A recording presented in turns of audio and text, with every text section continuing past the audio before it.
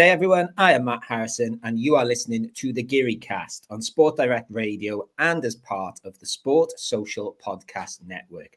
Feliz Semana Santa, everyone, as the city of Malaga celebrates Holy Week with the usual festivities and processions. There's no procession for Malaga Club de Football, though, quite yet, as we head into the business end of the season with 9 tough games to go. The next game sees Linares come to La Rosaleda, with Malaga on a brilliant defensive run at the moment across all games, but particularly at La Rosaleda. We are recording this on Good Friday morning in what I think is our first ever morning podcast record. And speaking of Good Friday, I am in good company. Hello, Nick Bell. Good morning, Matt Harrison. How are you? I am very good indeed. It's a very wet and soggy Costa del Sol at the moment and has been most of the week, but all is good. I am off work. I'm still sort of getting over the deflation of Wales's result on Tuesday night, but I think I'm okay now. Yeah, we're in a bit of a role reversal here, actually, because there is beautiful sunshine here on the Costa del Field.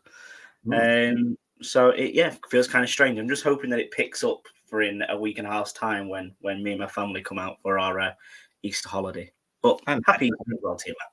Yeah, and a definite role reversal because your nation is going to the Euros, as in Scotland, just not to confuse people there.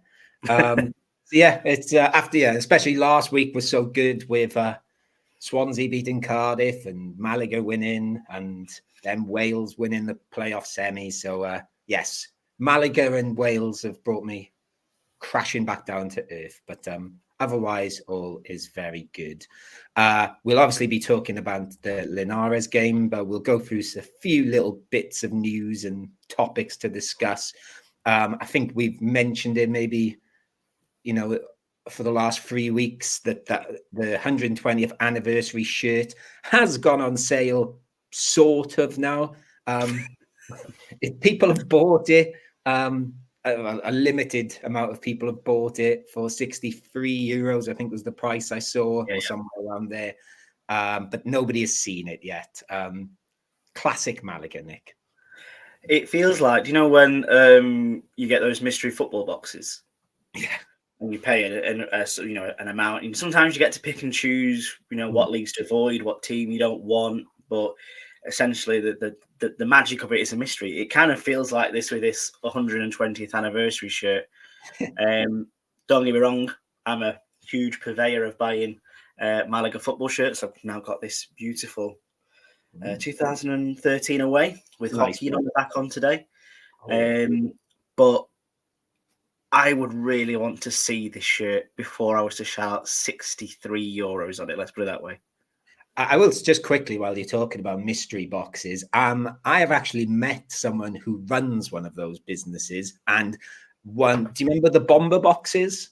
Which were I bought one of them because they were, I don't know, everyone was buying one on Twitter, and I've probably had some wine and thought I'm going to get one. And then weirdly, I was in Valencia, and the guy that runs that messaged me. He's an Irish guy, and said, "I seen you're in Valencia. Do you want to meet up for a drink?" And I said, "Of course, I was." And I did ask him. I said, "So you gave me a Vélez Sarsfield away shirt, which I absolutely love. It's a beautiful shirt." I said, "Why that? Why? Like, what was the thought process there?" Because I was curious how it works. And he said he literally just went on my Twitter profile, saw, "Oh, this guy goes to Malaga a lot. I'll pick something that's light blue," because we had light blue at the time.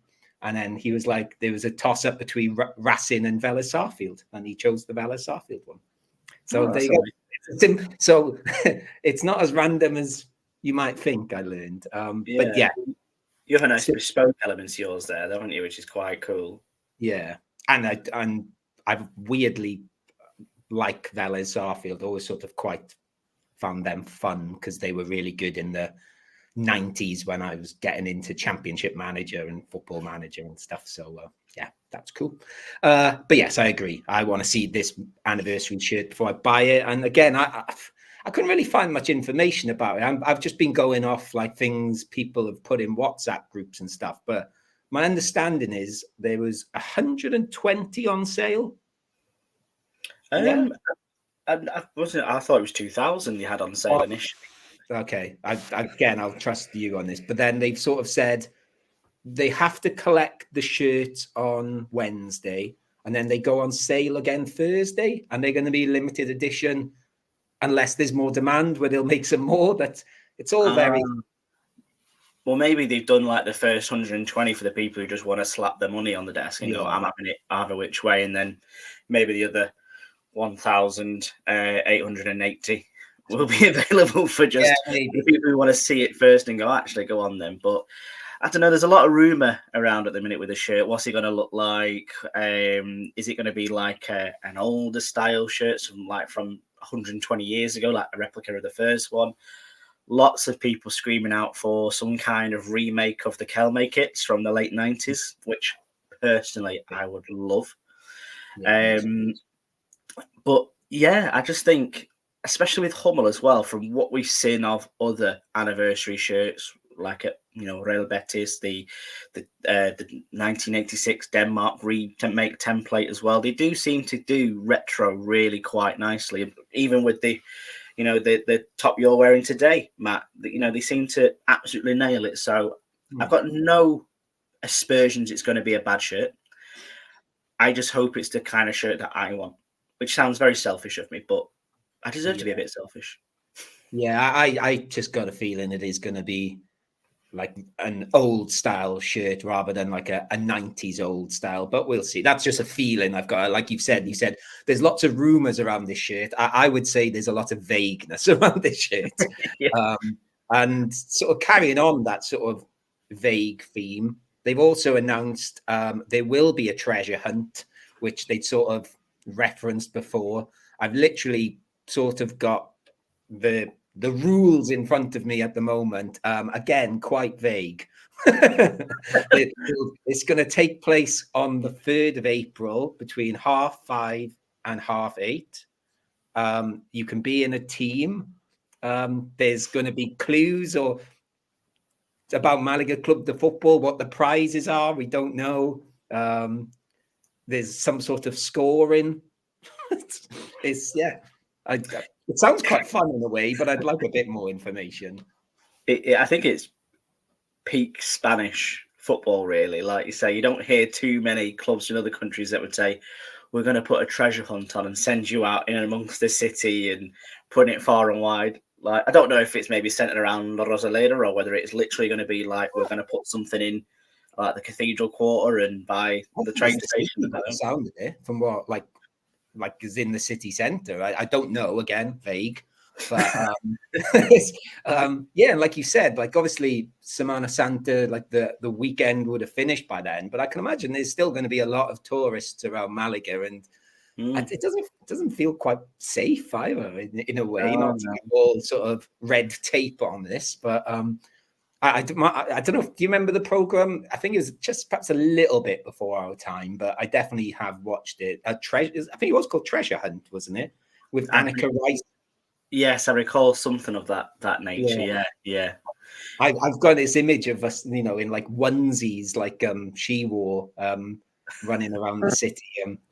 I don't think I'll be putting a crack team together for this one, although. It has been suggested I team up with Mr. Miyagi. Well, I was going to ask you, if you was to put a crack team together from the Giri cast community, and no one should take offense from this, but if you could pick maybe 3 players for their skill set, who would you choose? I guess because, as we've found out this morning, he's not recording because he's in the gym. So for the athletic aspect, I guess I'd have Luke. I'd probably have Chris as well, because his Malaga knowledge of the club, in case there's something about the club. And I'll try and think outside the podcast. Not you. You can join as well. I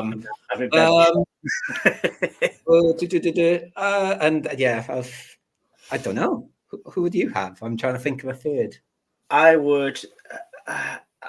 I think I'd go with Luke as well. Like you say, athleticism, it's a competition, and he has got that golden retriever energy as well. Let's put it out there. True, yeah. Christian Mikowski. Yeah, I literally just came to me because for his knowledge of the actual city itself. Yeah, good exactly. Photographic memory of things as well, so be able to piece things together maybe. And then just for sheer joy, I'd go with Carl, because if we was to maybe just put a few Victoria his way, he could stumble across clues just by randomly appearing in different parts of Malaga, maybe. I think that'd be a really good one, because if we was to tell him to go in a specific direction, we know he won't go that way. But he will find himself a clue quite randomly, and probably complete the whole treasure hunt on his own. Yeah, and end up in, I don't know, Cordoba or something and stuff. Yeah. The last clue leading there. Yeah, it's I'll be interested to see how it works. I think I'm not that down on it. I've seen like some people sort of mocking it a bit. I think it's a fun idea. I still think, I think I mentioned on last week's pod, the thing Ponferradina did, was it 2 or 3 years ago? I can't remember. I don't know if you remember, where they like hid shirts all around the area of Ponferrada. I think that was more fun. It felt a bit more, Willy Wonka and the Chocolate Factory golden ticket sort of vibe. Yeah, it wouldn't surprise me if there was something similar in amongst the prizes. Here. That scarves as well. Maybe they'll find the guy doing the hymno. I don't know, but it is fun, and like you say, it's very sort of Spanish. Very good for families, things like. It's not something that you could probably suggest doing somewhere like Blackpool, or dare I say Swansea, because you could end up in some like random part of Blackpool where the people are like, "What are you doing, Randy?" You're like, "I'm just on the train," and you will get beaten up. That's a good point. It would not work in any UK city, I don't think, unless it was sort of like stag do vibes of you go there and you have to drink in different pubs or something like that, or do a shot to get a clue. You've got to put us all in our lanes, and I think that's where our lane would be. Yeah, and to be fair, then, if that was the case with this Malaga treasure hunt, I'm backing myself. Then, to be honest with you, I think I could do that one, because I'm a lad. Anyway, moving away from the treasure hunt, just a couple of other little bits. I was just I saw an article about it this week. Someone mentioning Unicaja were at Malaga's training this week. Ibon Navarro, who's the coach, was there. I just thought it was something worth mentioning. We seem to have quite a good relationship with the other club in town these days. Yeah, I think it's good to forge that, especially when a lot of the other teams that play, maybe more so with basketball, are already linked to football clubs directly. So I'm talking about like your Real Madrid basketball, your Barcelona basketball, and people like that. It's good to have that collaboration between the two. They had the shirt last year as well, where Unicaja had the blue and white stripes too, which is just lovely. But maybe in the long term, we're looking at. I know you're not a massive fan of Ted Lasso, but could the Unicaja manager become the Malaga club, the football manager one day? Who knows? Maybe they're assimilating him. Yeah, it was the other Clive Woodward going across to Southampton, wasn't it? After that was not quite as successful as Ted Lasso, I believe. Although I can't remember, was Ted Lasso successful in the end? I think he was, wasn't he? Not originally. Yeah.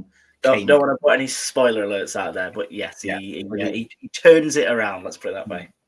And apparently, I was reading that Ibon Navarro, who I think is from Vitoria in the Basque Country or somewhere near there, apparently has quite a lot of, or has some mutual friends with Quique Perez and Ainar, because they're both from the Vitoria, the Basque region anyway. I thought it was quite nice. And then we will carry on up towards the north-ish of Spain, but not the Basque Country. We're going to go a little bit further south and towards the east part of Spain, and actually exit Spain to talk about Andorra, because to be honest with you, I've sort of not followed Segunda as much this year for obvious reasons. They've got no vested interest in that league anymore.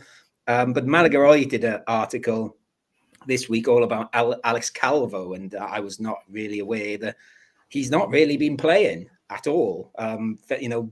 I think it said the only 90 minutes he's completed was in the Catalunya Cup, which again, I didn't even know was a thing. I quite like sort of random regional football tournaments. I know they're not doing very well. I think they're actually bottom of the league, if I remember rightly. So he could be back in the third tier next year. But what have you made of, I don't know, this article and Alex Calvo? And, do you think he has any regrets of not staying with us? I think he will do. I think I wouldn't. I don't slate him for going. Like you say, he wanted to go back up and play in Segunda, and I can't claim to have watched loads of it this year, but I do know that the league is like a bloody box of frogs this season, which is great. I think there's something mental, like there's only 3 points between 12th and 4th or something crazy like that, and all the traditional big clubs are involved as well, which is kind of funky. But I think for the Alex Calvo for his development, it's not great because, again, the kind of club Andorra is sort of out there on its own, very different. It's probably not ideal. It's very isolated as well, even though I imagine some of them probably live in Barcelona and commute potentially. But it is. Well, yeah. Well, you've done it on a bus, haven't you? I think, was it like 2 hours, 3 hours, something like that? Yeah, just under 2 hours, I seem to remember. But I don't think, and that was, although it was a bus, I don't really remember the bus stopping anywhere. It's a long, old, winding road upwards into the mountains. So I just think for him, and maybe with let's not forget Christian as well. I can't say I've seen him playing for Eibar too much. But, these players who were fantastic for us in a very poor season last year, how great could they have been for Malaga at the right end of the table this year, especially with the amount of youth that we're playing. Pacer being a huge truster of his young players to perform as well. And just how exciting it could have been. And definitely a position like on the left wing where Alex Calvo could play, we could really have done with him this year. So it's good to have money in the bank, but the grass isn't always greener. Yeah, and again, I think we've said a few times that, and you've sort of alluded to it there, that, Kevin's had a good season. He's had very good moments, but then he's been up and down. And you do think, I don't know, with someone like Alex Calvo pushing him or, usurping him, maybe it might have got him to up his game. And, I'm sure we'll talk about in the preview part about who's going to play out on the wings, because they've never fully been nailed down, especially with injuries. I think Alex Calvo would have been a great sort of addition to have. And I think it would have been better for his football education as well, playing in this league. And like you said, there's money in the bank and you can't blame him. Andorra are, like you said, they're a bit of a strange club, but they're certainly a very ambitious club where I don't really know what's gone wrong this season. But so I get the allure of it as well. But yes, it is a bit of a shame. But who knows? Maybe he'll come back. Maybe we'll get him on loan. We hadn't even thought of that. Potentially. Imagine Alex Calvo getting the end of a ball from Manu Molina. It'd be, I think, a beauty. Absolutely. But he is a player who would go direct as well. That's something that I think we've been missing this season. So when he'll get close to Roberto as well. So how good we have seen him and Roberto and Kevin and Larubia, Danny Lorenzo, all these different options we could have had. Yeah. But well, yeah, so obviously Alex Calvo is in the Segunda, but let's go and preview our game in the third tier, the joys of the Primera RFAFA, which, is the better league, we've all decided. It's much more chaotic and fun. Obviously, it's a big weekend all round for the city of Malaga as well, with Semana Santa. You've mentioned Manu Molina there. I've seen him and Kevin were at one of the processions last night. I think all the players have popped up at different processions in different parts of town and in the neighboring towns, which I think is really good to see. Like the sort of players in, I'm sure a lot of them are religious, but it's been good to see them sort of embracing like the city's traditions. And obviously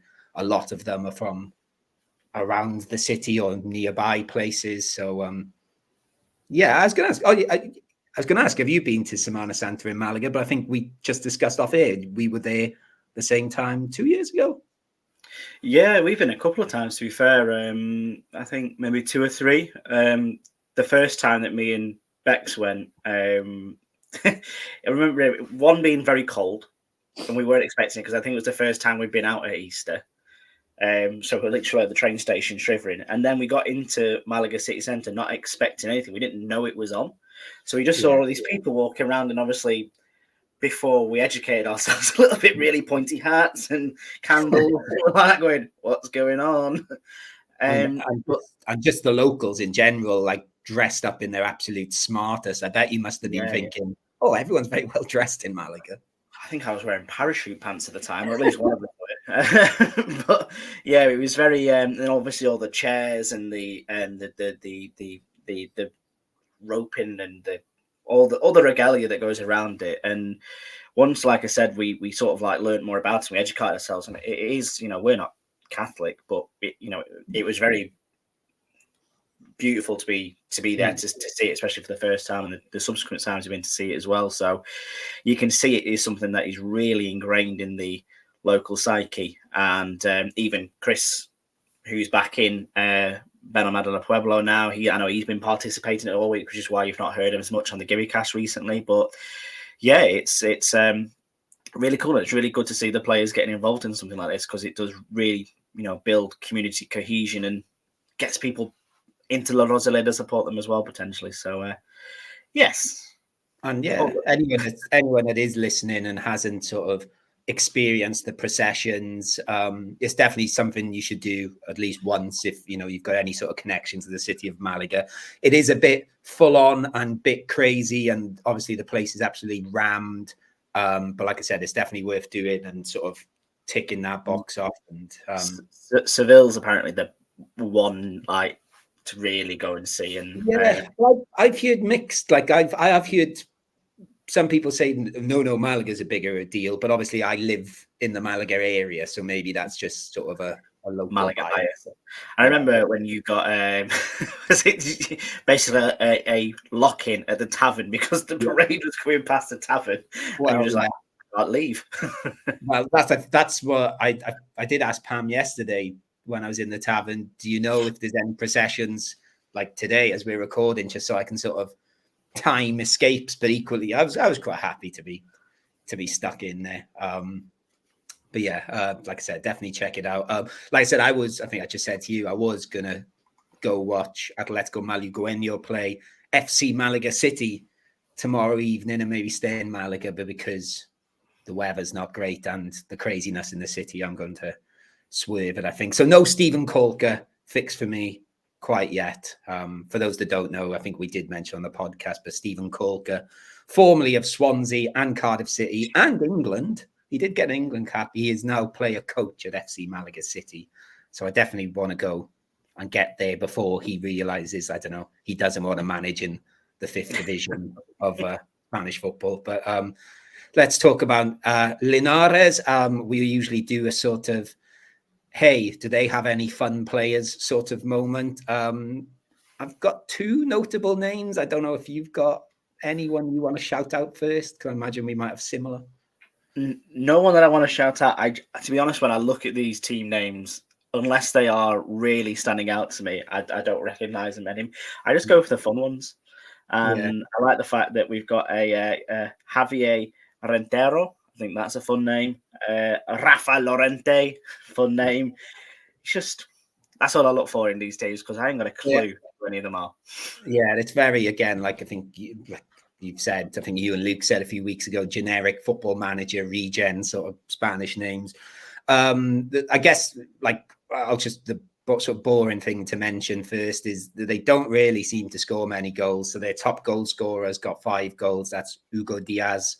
Again, generic name, but so I suppose he is the one to watch. But the fun ones I've got is Yannick Baila, who is Equatorial Guinea international and was part of their AFCON campaign. He was in, I think he started all the games, or certainly some of them, when Equatorial Guinea got to the last 16 of that tournament. Of course, they beat Ivory Coast quite famously 3-0 in the group as well, before going out in the Guinea derby in the last 16. But the other name, and I believe he's done an interview with, I'm going to say Malaga, but don't hold me to that. The goalie Samu Casado was part of the Atletico Malagueño team, which featured Ontiveros and Luis Munoz and El Naziri, and he's like sort of done an interview and said like this is the game he's been looking forward to all season. Basically, his family. I think he's from. I always forget how you say this place, so forgive me because I usually look this at Guadix. I'm guessing, yeah, which is somewhere near Granada. I've always wanted to visit there. Actually, it looks really quite beautiful, but it sounds like he's his family are. Oh no, actually, no. Is it near Granada or is it a coastal town? Have I got it mixed up? I won't even pretend to know where it is. I do remember you and Alex mentioning him in the last time we played Linares. In between the talking about the stadium and the away stand and things like that. I think it was mentioned that he was ex-Malagueño, which is fun, to be fair. Certainly in that team where some of the players have obviously gone on to bigger and better things, and certainly like El Nesri. El Nesri is like one of the most foremost wanted strikers in Europe at the minute, which is very interesting. Yeah, Guadix is east of Granada. It's a very beautiful looking city. I've definitely looked into it before. Like, it's very sort of mountainous, and it is the one I first thought of. I'm trying to think of the place I was thinking of on the coast now, but this is not a Spanish geography podcast, so I won't. As much as I'd love it to be sometimes. I'd love it to be a Spanish geography podcast. Which I could talk about Spanish cities. Actually, even last night, somebody in the bar said to me, I can't remember.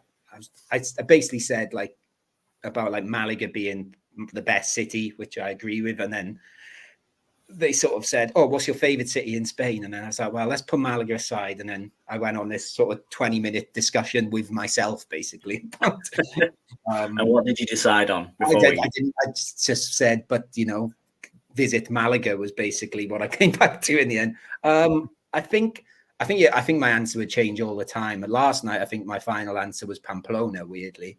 Maybe because of the Pacharan link. I sort of went, I did the three of Pamplona, Bilbao, and San Sebastian. I thought either Bilbao or San Sebastian would be up there, and they are definitely two places I want to visit. So definitely a vibes thing, because I don't know, I've got this sort of thing for Oviedo as well, which I don't even think is that spectacular a city, but I really, really like it for some reason. Yeah, I basically did this. So again, we want to try and not lead this into an hour and a half of me just going, this place is quite good and this place is quite good. Spain's great. Visit Spain. But that's what the preview show is all about nowadays. It's tangent central. And speaking of Oviedo, did you see that Sid Lowe got made the El Capitan of the Oviedo Foundation as well? So I literally listened to their podcast about an hour before we recorded this one. So yes, if you're listening, Sid, congratulations on being the captain of the Oviedo, I think it's called the Oviedo Foundation. They're like charity thing linked to the club. I think the campaign starts now to get Matt Harrison as El Capitan of the Malaga Club de Football Foundation. I don't think I'd be, first of all, worthy of it. And also, I don't think I'd be very good at something like that. So let's not launch that campaign. I was going to say Linares in regards of form. I'll just read out basically that they're 15th in the league on the same points as Merida, who is 16th.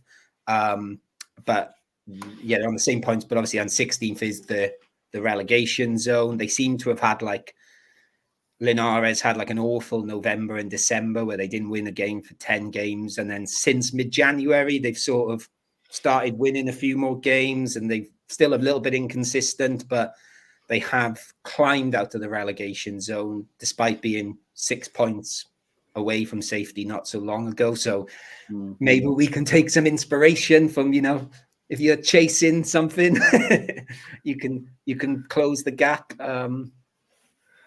It's a strange one down there. I think we're starting to see some of the teams are, with what 8 or 9 games to go, they're basically going. So Deportivo Linares, even sadly the midday merchants, Atletico Baleares, they seem to have fallen away now. Melilla, but it's the fact that there's that trapdoor still with 2.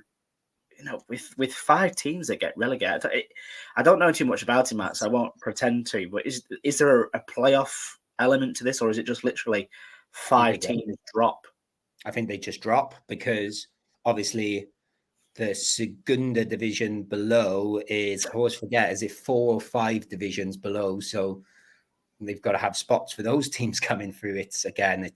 I did know this, but I think since the change, I just basically do it on a end of season basis. So like, what's going to happen now? Yeah.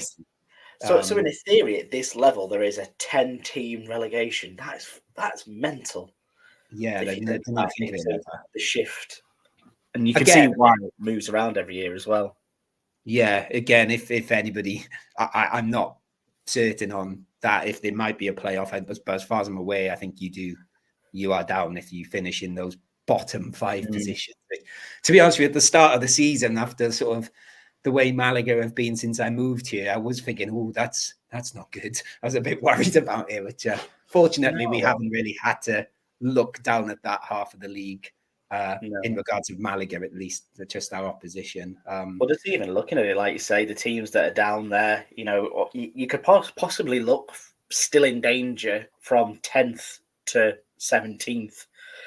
As any one of those 6 teams could fall into there. Don't get me wrong, there's still a 10-point gap between San Fernando and Alcoyano and Antequera, but the football results in this league are so disjointed. Teams, the form is so patchy for everyone, basically outside of the top 4. That you could see a Castilla or a Athletic Bay or an Antequera even get pulled in very, very easily if Linares and San Fernando and Merida start picking up form. And so yeah, it's quite an interesting watch actually. It'd be interesting to see who does go down. I think, like I say, 3 of them are confirmed in my book, but Linares will be wanting to do everything to put a bit more distance between themselves because they are the easy catch at the minute, followed incidentally by San Luqueño. Yes, it's I suppose the only team really below this that's in any sort of good form is worryingly Ceuta, who keep winning, and they might not catch us now, but they are certainly chasing the playoffs ahead of playing at La Rosaleda in 2 weeks' time. But we can maybe talk about them a little bit more then. We usually give a mention to our previous game, the Linares, where we previous game against whoever, this case Linares, 1-0 with a big Roberto header. Quite a nervy game, but there's only one thing to discuss with that game. Just a huge, beautiful away stand, wasn't it? Oh no, well that as well. It's the game. I know where your mind's going now. Yeah, we did mention him on the podcast on Monday actually. The one and only Lauren Zuniga. Yes, I did. Yeah, I was not aware that he's actually scoring goals from what you guys said on Monday. Yeah, he's actually doing something with his life, which is quite interesting. But it still does not. It will never beat the touch of God that he did at Linares. If I was put in charge of running things this Semana Santa, there would be a procession to that touch. Immortalized in a golden statue. Yeah, well, no, they would save the golden statue for Kevin, maybe, but a statue of sorts. Yeah, it'd be a very different procession. Let's put it that way. I was gonna go down the tangent of what would your procession look like, but I don't think that's probably a good thing to dwell on. No, I'd probably get myself into a lot of trouble there. There's definitely some sacrilegious thing going on there, isn't it? But yeah, going back to obviously Malaga then, do you feel now after the result against Algeciras, which, bit of plug here, go and listen to the review show Nick and Luke did earlier in the week if you want to hear their thoughts on that game. Do you think our ambitions have been repositioned, or are we still going to go after that direct spot?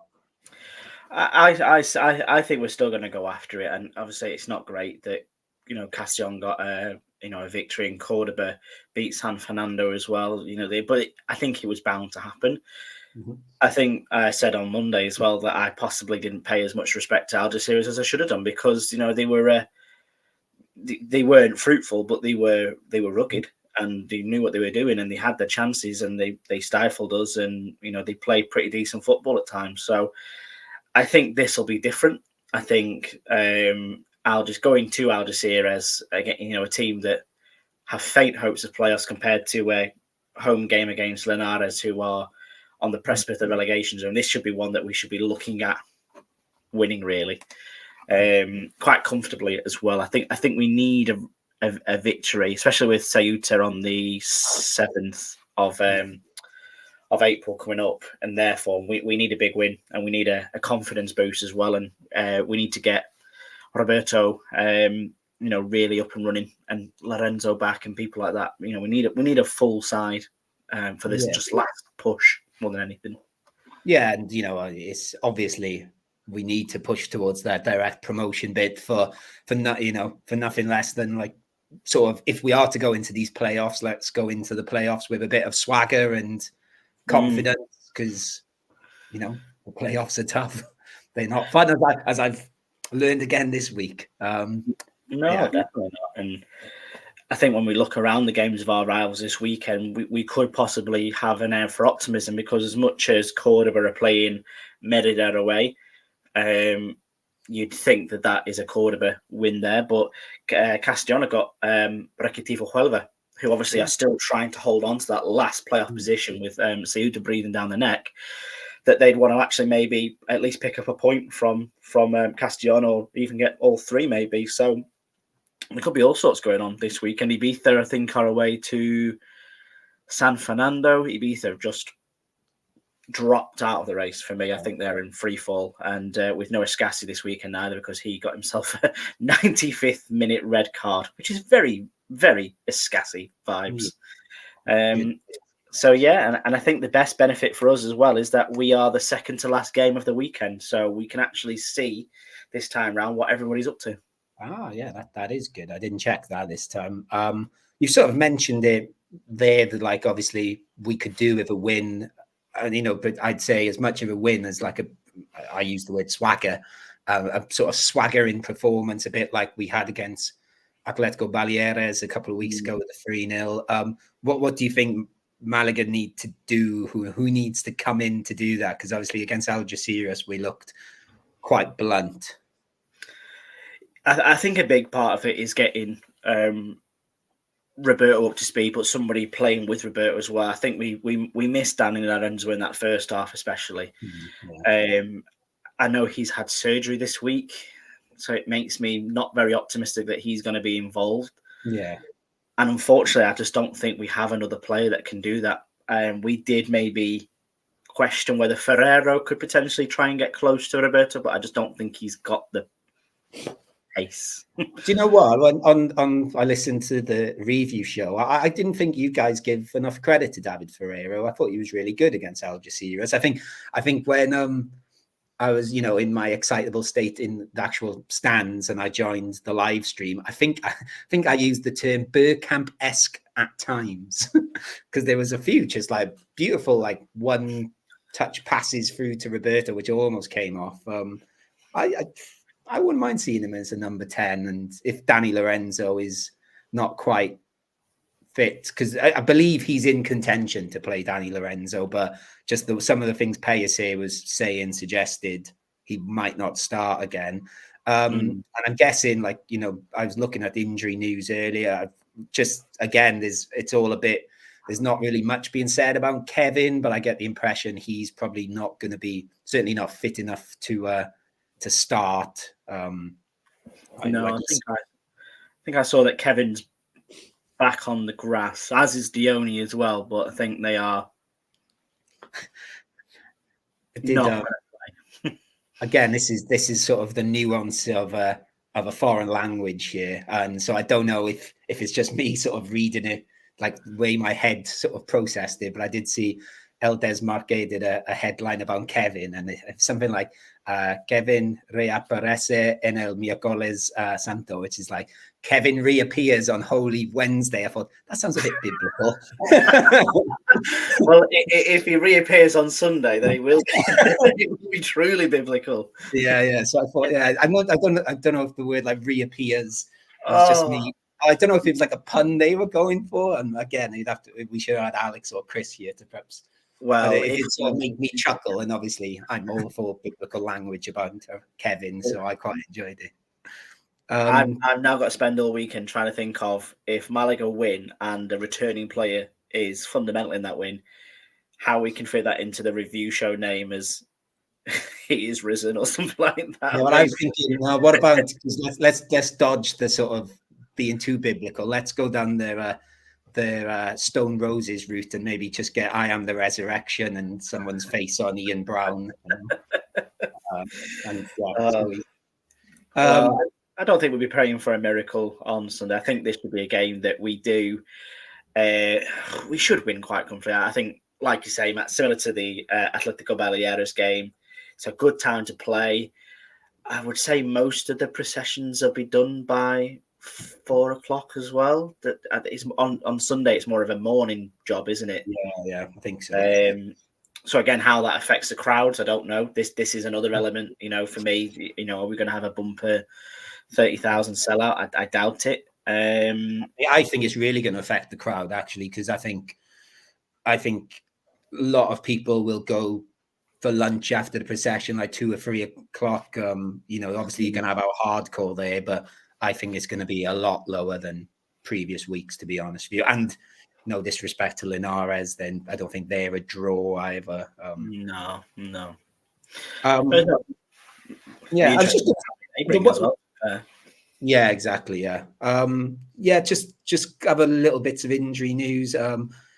Dione, again, there's not much about him, but obviously his injury was concussion, and they kept using the term the protocols. I can imagine the protocols are done now. I don't know what the protocols are. I'm guessing he had to have a couple of days without training, but I'd be surprised if he's not on the bench at least this time. You'd like to think so, yeah. I think that was something that was glaringly missing for us last weekend as well. The fact that when you looked onto the bench, and we've got Roberto up top on his own, who's only just come back from injury himself, it's a massive gap for us, a concerning gap as well. And me and Luke were talking about whether we could get somebody in. Luke mentioned a certain 42-year-old Ruben Castro potentially, but I take anyone that's available right now. It should be something we should be looking at, in my opinion. But and the Gennaro on getting an attacker in, I have written this down, and it's sort of my mad curveball, which I don't know where this has come from or why. I've just got a feeling. For some reason, when I was thinking who would be in my starting 11 this weekend, I've written down Juan Hernandez for some reason. I've just got a feeling. Opinion of him. Yeah, well, I made the joke to Nick at one of the games recently that I want to have an opinion about him, to the extent where when I wrote his name down, I had to Google and check, is it Juan or is it Jorge? I had that same issue as well. I'm pretty sure at the start of the season we were calling Jorge Hernandez. Yeah, and I think that through. But yeah, I've got him in my 11, and there's literally no sort of logic to it. It's just a vibe. I've got a vibe about him this weekend. I don't know why. No, so it makes me wonder if there is a striker within Malagueño, similar maybe to a Lauren Zuniga vibe, who we could have just brought through to even sit on the bench last weekend, but we looked glaringly obvious that we didn't have any backup to Roberto at the time. And if you're gunning for that automatic position, we need to have somebody. I was even trying to think maybe like someone like an Aaron Ochoa Maloney that you could just put up there. I know he's not got the height or the physicality for it, but he looks nimble enough to be there. But he's not been sitting for a while either. He's just disappeared off the face of the earth. He did play for Ireland last week or the week before. He's definitely been with the Irish squad. So that sort of, yeah, I think we've managed him pretty well, to be honest with you. But I would like to see him in a game like this at home. Again, I want to see a bit more swagger. He is definitely a player that has a lot of swagger. In place of Lorenzo, if he can't make it, maybe.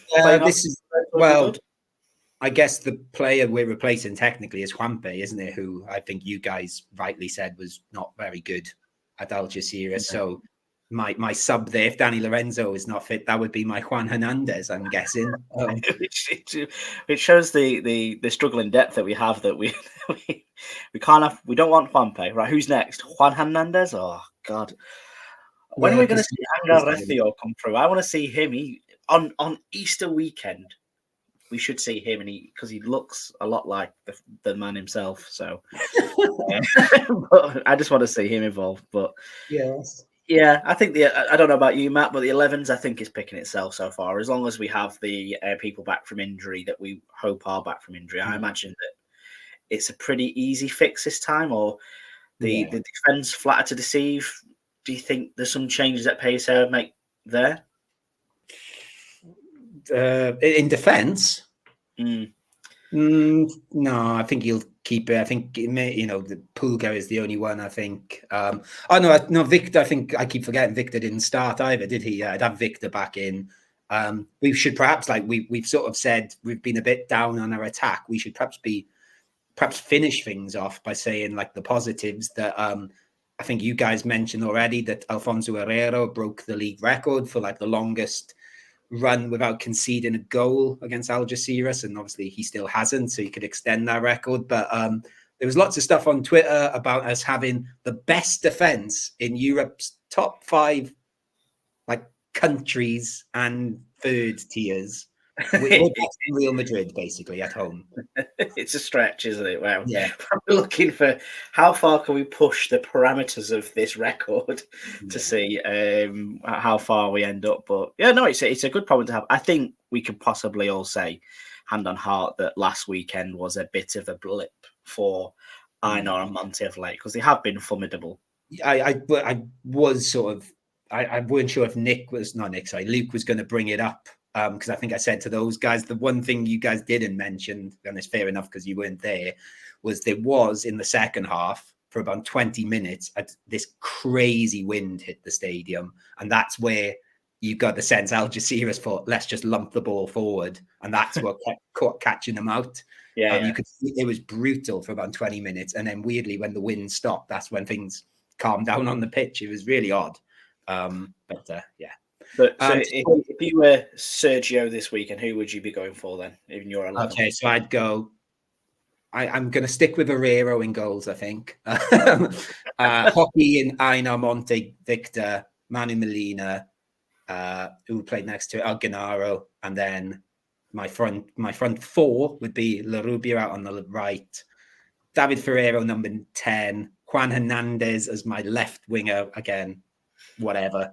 And Roberto, and then hopefully Dione off the bench if my Juan Hernandez gambit doesn't pay off.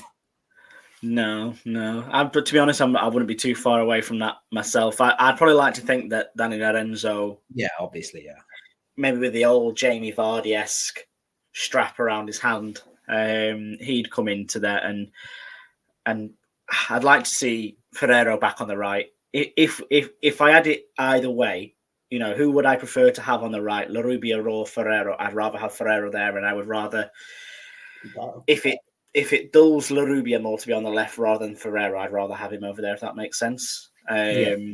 Or, like you say, for me, if Kevin is available, let's get Kevin back in. A team like this is probably a good bit of exercise for him to go up against.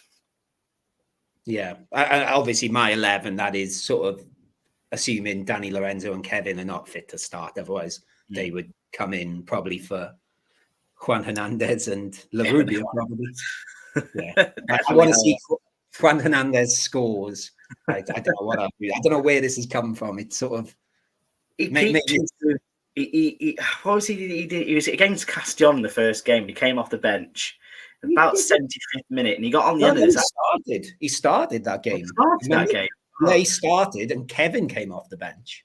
I just remember him being on the end of this raking pass from, I think it was from Einar, and he completely beat the offside trap, just took it down on the outside of his right boot, and then just opened himself up and got a shot away. It didn't go in, but it looked fantastic. And at that time, I thought, whoa, this guy's going to be an absolute baller. But the week after, when we beat Recreativo B, he scored a screamer in that goal. People have sort of forgotten about, which is which we have sort of forgotten about that goal. That was a really good goal. But yeah. Right, just before we wrap things up then, Nick, do you want to do the weekend's fixtures? Do you have them in front of you? Oh, yes, I do have the weekend's fixture. Favourite part of my week nowadays, to be fair. So, yes, everything gets kicked off tomorrow at 6 o'clock Spanish time. So it starts with Ade Ceuta taking on Algeciras over in the Northern Enclave. Castellón are playing Recreativo Huelva at 8 o'clock. Antequera and Alcoyano and Merida and Cordoba finish off all the games for Saturday. And then at dinner time on Sunday, Athletic Bay take on Intercity, Atletico Baleares against Castilla in the Balearics, Melilla against San Luqueño in what is a big relegation 6-pointer, San Fernando against Ibiza, and then Malaga against Linares Deportivo. I think the finishes off. Oh no, and then Real Murcia against Recreativo Granada was just off the bottom of the screen. So plenty of interesting football games this weekend, Matt, that could shape the very foundation of this table. What a Semana Santa weekend we have indeed. Well, that's it. That is it from us for this preview show. So I'll say thank you, Nick Bell. Thank you very much, Matt. And thank you guys for listening. Subscribe to our YouTube channel, follow us on Twitter, tell your friends. Give us reviews on podcast platforms. I think we should encourage that a lot more than we do. So go give us a 5, give us a 5-star, please. 4, I guess, is okay, but be nice. But yeah, we'll see you. 5 is ideal. 5 is ideal indeed. So yeah, we will see you soon. Adios, and as always, vamos Malaga.